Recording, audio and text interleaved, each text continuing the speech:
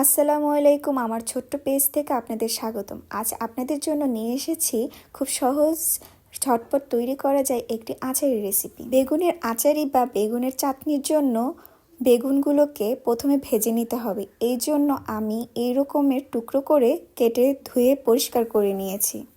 এখন হলুদ, মরিচ, লবণ কিছুক্ষণ মাখিয়ে রাখতে হবে। তৈরি করতে যা যা লাগবে দেখিয়ে দিচ্ছি।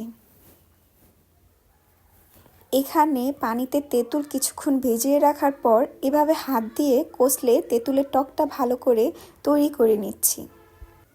এখন কড়াইতে তেল গরম করে বেগুনগুলো ভেজে নিব। আজকাল বিয়েবাড়িতে বেগুনি আচারিটা অনেক জনপ্রিয়, কারণ হচ্ছে বেগুন সারা বছর বাজারে থাকে। এই আচারটা অন্য আচারের মতো ঝামেলা হয় না, খুব সহজে ঝটপট তৈরি করা যায়। এমনকি আপনার খেতে ইচ্ছে করছে, ঘরে কোনো আচার নেই, তখনও কিন্তু 5 মিনিটের মধ্যেই আচারটা তৈরি করতে পারেন। এই আচারটা খেতে কত মজা সেটা আসলে কেউ একবার খেলে সে বুঝবে।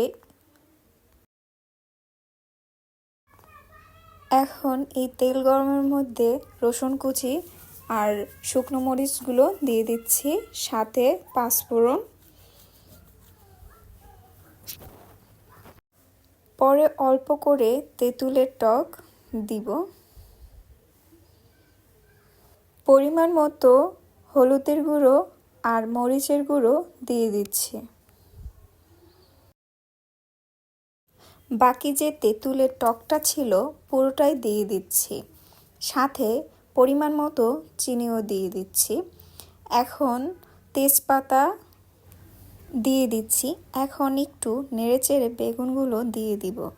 এত অল্প সময় মনে হয় না আর কোনো আচার তৈরি করা যায়, এবং খেতে দারুণ মজা।